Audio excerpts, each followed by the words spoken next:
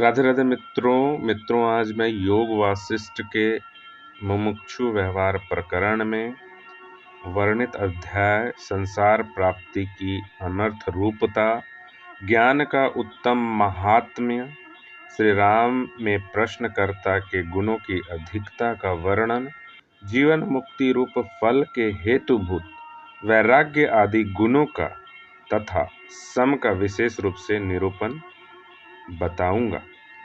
श्री वशिष्ठ जी कहते हैं, राघव, तुम्हारा मन उत्तम गुणों से परिपूर्ण है। तुम हमारे योग्य शिष्य हो और प्रश्न करने का ढंग भी तुम्हें भली भांति ज्ञात है। तुम कही हुई बात को विशेष रूप से समझ लेते हो, इसीलिए मैं आदर पूर्वक तुम्हें उपदेश देने को उद्यत हुआ हूँ। अब तुम अपनी बुद्धि को, जो रजोगुण और तमोगुण से रहित और शुद्ध सत्व गुण का अनुसरण करने वाली है, आत्मा में स्थापित करके ज्ञानोपदेश श्रवण करने के लिए तैयार हो जाओ। प्रश्नकर्ता में जितने गुण होने चाहिए वे सभी गुण तुम में वर्तमान हैं, और जैसे समुद्र में रत्न आदि संपत्तियां भरी रहती हैं, उसी तरह वक्ता के सभी गुण मुझ में विद्यमान हैं। वत्स, जैसे चंद्रमा की किरणों के संपर्क से चंद्रकांत मणि में आर्द्रता आ जाती है, उसी तरह तुम भी ज्ञान के संसर्ग से उत्पन्न हुए वैराग्य को प्राप्त हुए हो। तुम तो सर्वथा शुद्ध हो। तुम्हारा बाल्यावस्था से ही शुद्ध, विस्तृत तथा अविच्छिन्न सद्गुणों के साथ संबंध चला आ रहा है। ठीक उसी तरह जैसे कमल का अपने विस्तार वाले निर्मल एवं दीर्घ तंतुओं से लगाव रहता है, इसीलिए तुम ही इस कथा को सुनने के योग्य अधिकारी हो। अब मैं इस मोक्ष कथा का वर्णन करूंगा, तुम सावधान होकर इसे सुनो। यह कथा उस परम पद से संबंध रखने वाली है जिसका साक्षात्कार हो जाने पर जितने लौकिक कार्य तथा जितनी लौकिक दृष्टियां हैं वे सब के सब पूर्णतया शांत हो जाती हैं। श्री राम संसार रूपी विष के आवेश से उत्पन्न हुई विसूचिका बड़ी दुस्सह होती है। विष निवारक गारुड़ मंत्र से ही उसका समूल नाश होता है। जीव और ब्रह्म का एकात्म बोध ही वह गारुड़ मंत्र है, वही परमार्थ ज्ञान का भी मूल मंत्र है। सत्पुरुषों के साथ शास्त्रानुशीलन करने से निसंदेह उस योग की प्राप्ति होती है। शास्त्र चिंतन करने पर इसी जन्म में अवश्य ही संपूर्ण दुखों का समूल विनाश होता है, ऐसा मानना चाहिए। इसीलिए उन विवेकशील सत्पुरुषों को अवहेलना की दृष्टि से नहीं देखना चाहिए। जिस विवेकी पुरुष को सम्यक दृष्टि की उपलब्धि हो चुकी है, वह पुरानी केचुल का त्याग करके संताप रहित हुए सर्प की भांति मानसिक व्यथाओं से परिपूर्ण इस संसार के अनुराग का परित्याग करके संताप रहित हो जाता है। उसका अंतःकरण शीतल हो जाता है। वह संपूर्ण जगत को विनोद पूर्वक इंद्रजाल की तरह सुख रूप देखता है, परंतु जो उस सम्यक दृष्टि से रहित है, उसके लिए यह संसार परम दुखदाई ही है। यह संसार अनुराग बड़ा ही कष्टदायक है। यह अनर्थ की आशंका किए बिना ही मोहवश विषयों में फंसे हुए पुरुषों को सर्प की तरह डस लेता है, खड़ग की भांति काट डालता है, भाले के समान बेध देता है, रस्सी की तरह आवेष्टित कर लेता है, आग के सदृश जला देता है, रात्रि की तरह अंधा बना देता है, सिर पर गिरे हुए पत्थर के समान मूर्छित कर देता है, विचार शक्ति को हर लेता है, मर्यादा का विनाश कर देता है और मोह रूपी अंधकूप में गिरा देता है। तृष्णा तुम्हें जर्जर कर देती है। अधिक क्या, संसार में ऐसा कोई दुख नहीं है जो संसारी मनुष्य को तृष्णा से न प्राप्त होता हो। यह विषय भोग रूपिणी विसूचिका दुष्परिणाम वाली है। यह नरक नगर रूप शरीर समुदाय के साथ अनुराग उत्पन्न करने वाली, यदि उसकी चिकित्सा न की जाए तो यह अवश्य ही उन हजारों नारकीय दुर्गतियों को प्राप्त कराती है, जहाँ नरकों में पाषाण भक्षण, खड़ग द्वारा अंगों का छेदन, पर्वत शिखर से निपातन, पत्थर द्वारा उत्पीड़न और अग्निदाह को हिमाभिषेक की भांति अंगों के कुतरने को चंदन के लेप की तरह, असी पत्र वाले वृक्षों के वन में दौड़ने, कीड़ों के द्वारा शरीर में छिद्र किए जाने और लोहे की गर्म जंजीरों द्वारा देह के लपेटने को शरीर संस्कार के समान, युद्ध में काम आने वाली अग्नि, बुझे बाणों की धारावाहिक वृष्टि को ग्रीष्म ऋतु में विनोद के लिए किए गए जलयंत्रों के फव्वारों की बूंद वर्षा के सदृश, सिर के काटे जाने की सुख निद्रा के तुल्य, मुख बंद करके बलपूर्वक किए गए मुखी भाव को स्वाभाविक मुख मुद्रा के समान और अकिंचित कर्ता को महती संपद वृद्धि की तरह सहन करना पड़ता है। राघव, इस प्रकार सहस्रों कष्टप्रद चेष्टाओं से परिपूर्ण इस दारुण संसार चक्र में उपर्युक्त उपदेश की अवहेलना नहीं करनी चाहिए, बल्कि ऐसा विचार और निश्चय अवश्य करना चाहिए कि शास्त्रानुशीलन से निश्चय ही कल्याण होता है। सत्पुरुषों के साथ शास्त्र चिंतन करने से जिसका देहाभिमान नष्ट हो गया है, उसे तत्व का ज्ञान हो जाने से सर्वव्यापक आत्मा का स्वरूप विदित हो जाता है। वह शुद्ध बुद्धि द्वारा पर ब्रह्म का साक्षात्कार कर लेता है और अज्ञान रूपी घने बादल के विलीन हो जाने पर उसके मोह का विनाश हो जाता है। फिर तो उसके लिए यह जगत में विचरण करना रमणीय हो जाता है। श्री राम, जिन्हें आत्म स्वरूप का ज्ञान हो गया है, ऐसे उत्तम बुद्धि संपन्न महापुरुष इस पूर्वोक्त दृष्टि का अवलंबन करके इस संसार में विचरते हैं। उन्हें न शोक होता है, न कामना होती है, और न वे शुभ अशुभ की याचना ही करते हैं। वे इस संसार में सब कुछ करते हुए भी अकर्ता के समान रहते हैं। वे हेय और उपादेय के पक्षपात से रहित होकर अपने आत्मा में स्थित रहते हैं, पवित्रता से रहते हैं और सत शास्त्रों में प्रतिपादित स्वच्छ कर्म करते हुए सन्मार्ग पर चलते हैं। अन्य लोगों की दृष्टि से वे आते हैं, जाते हैं, कर्म करते हैं और बोलते हैं, परंतु वास्तव में वे न आते हैं, न जाते हैं, न कर्म करते हैं और न बोलते ही हैं। क्योंकि परमानंद स्वरूप परमात्मा को प्राप्त हुआ पुरुष न तो इंद्रजाल रूप माइक कार्य करता है और न सांसारिक वासनाओं के पीछे ही दौड़ता है। वह बालकों की सी भ्रम मूलक चपलता का परित्याग करके पूर्व कथित परमात्मा के स्वरूप में ही सदा विराजमान रहता है। इस प्रकार की स्थितियां आत्म तत्व के साक्षात्कार के अतिरिक्त अन्य उपाय से नहीं उपलब्ध होती। इसलिए पुरुष को चाहिए कि वह जीवन पर्यंत आत्मा की ही खोज करे, उसी की उपासना करे और उसी का यथार्थ ज्ञान प्राप्त करे। इसके अतिरिक्त उसके लिए और कोई कर्तव्य नहीं है। जिस पुरुष को अपने अनुभव, शास्त्र वचन और गुरु के उपदेश की एक वाक्यता का निश्चय हो गया है, वह निरंतर किए गए उपर्युक्त अभ्यास के द्वारा परमात्मा का साक्षात्कार कर लेता है। चाहे भारी से भारी आपत्ति क्यों ना आ पड़े, परंतु जो शास्त्र और उसके अर्थ की अवहेलना करने वाले तथा तत्वज्ञानी महापुरुष की अवज्ञा करने वाले हैं, ऐसे मूर्खों का अनुकरण कभी नहीं करना चाहिए। क्योंकि भूतल पर मनुष्यों को जितना कष्ट अपने शरीर में स्थित अकेली मूर्खता से प्राप्त होता है, उतना दुख शारीरिक क्लेश, विष, आपत्ति और मानसिक व्यथाएं नहीं दे सकती। जिनकी बुद्धि कुछ भी उत्तम संस्कारों से संस्कृत हो चुकी है, उनकी मूर्खता का विनाश करने में जैसा यह शास्त्र समर्थ है, वैसा अन्य कोई शास्त्र नहीं है। जैसे खैर से कांटे उत्पन्न होते हैं, उसी तरह दुस्तर आपत्तियां और अधम कुत्सित योनियां हैं, वे सभी मूर्खता से पैदा होती हैं। जिस संसारी पुरुष को मोक्ष के उपायभूत इस शास्त्र रूप प्रकाश की प्राप्ति हो गई है, वह मोहांधकार में भी पुनः अंधता को नहीं प्राप्त होता।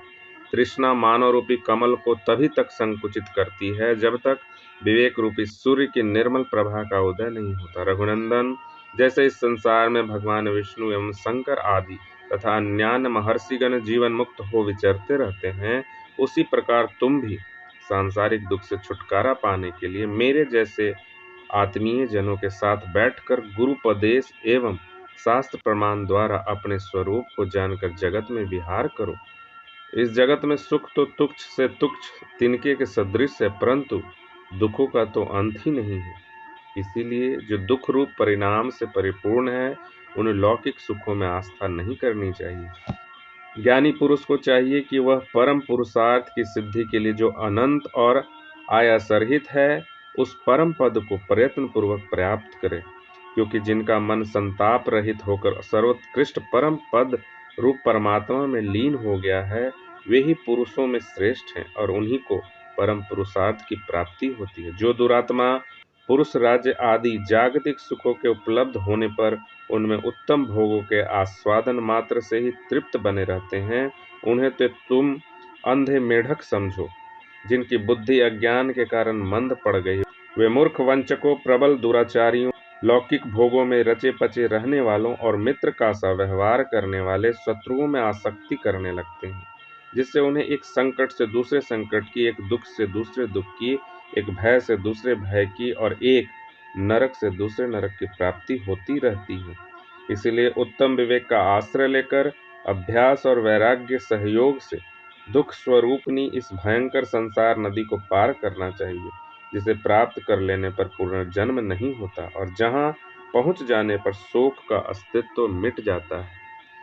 वह परम पद ज्ञान द्वारा ही प्राप्त किया जा सकता है, इसमें कुछ भी संदेह नहीं है। इस संसार में जब पुरुष की शीघ्र मोक्ष प्राप्ति के उपाय के चिंतन में प्रवृत्ति होती है, तब वह मोक्ष प्राप्ति का पात्र कहा जाता है। उस प्रवृत्ति के प्राप्त हो जाने पर उत्तम कैवल्य पद की प्राप्ति में कष्ट नहीं उठाना पड़ता। उस केवल रूप परमात्मा की प्राप्ति में धन संपत्ति, मित्र, भाई बंधु, हाथ पैर का संचालन, देशांतर गमन, शारीरिक कष्ट सहन और तीर्थ सेवन आदि उपकारी नहीं हो सकते। वह तो एकमात्र पुरुषार्थ से साध्य केवल परमात्मा की प्राप्ति की वासना रूप कर्म से एवं मनोजय से प्राप्त किया जा सकता है। सुखपूर्वक सेवन करने योग्य आसन पर बैठकर उस पर ब्रह्म का चिंतन करने वाले पुरुष को उपर्युक्त परम पद की प्राप्ति हो जाती है, तो उसे न शोक करना पड़ता है और न संसार में उसका पुनर्जन्म ही होता है।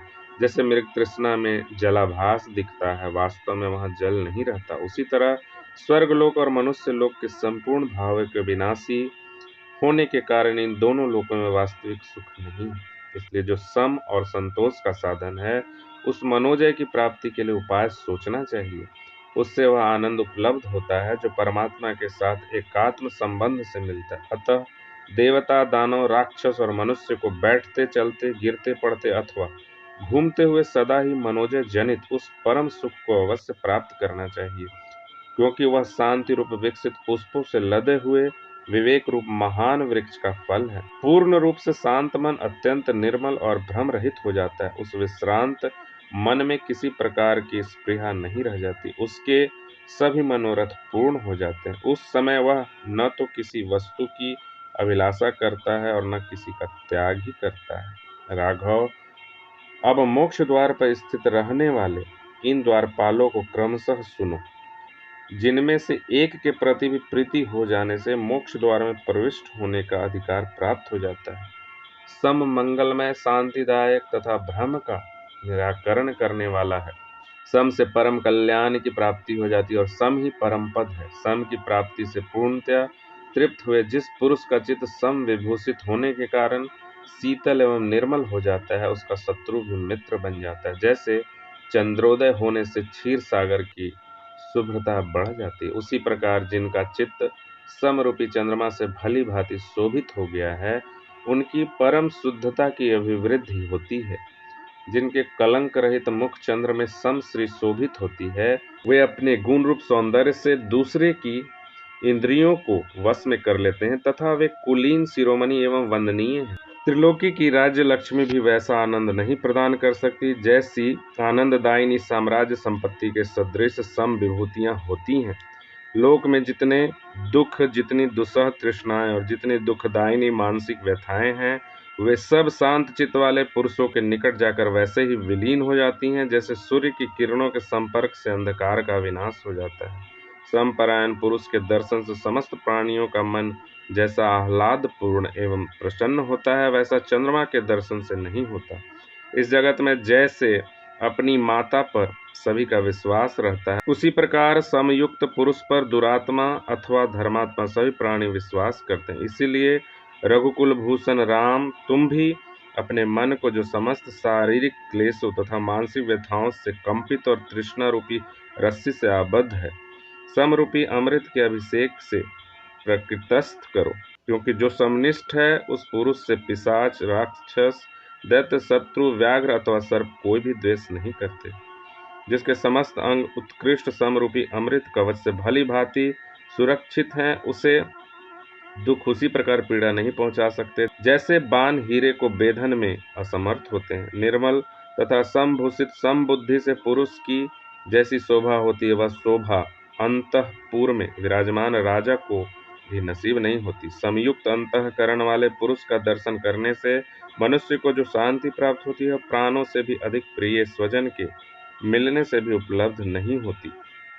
संयुक्त अंतःकरण वाले पुरुष का दर्शन करने से मनुष्य को जो शांति प्राप्त होती है, वह प्राणों से भी अधिक प्रिय स्वजन के मिलने से भी नहीं उपलब्ध होती। इस लोक में जो सम से सुशोभित तथा लोगों द्वारा प्रशंसित समवृत्ति से सबके साथ उत्तम बर्ताव करता है, उसी का जीवन सार्थक है।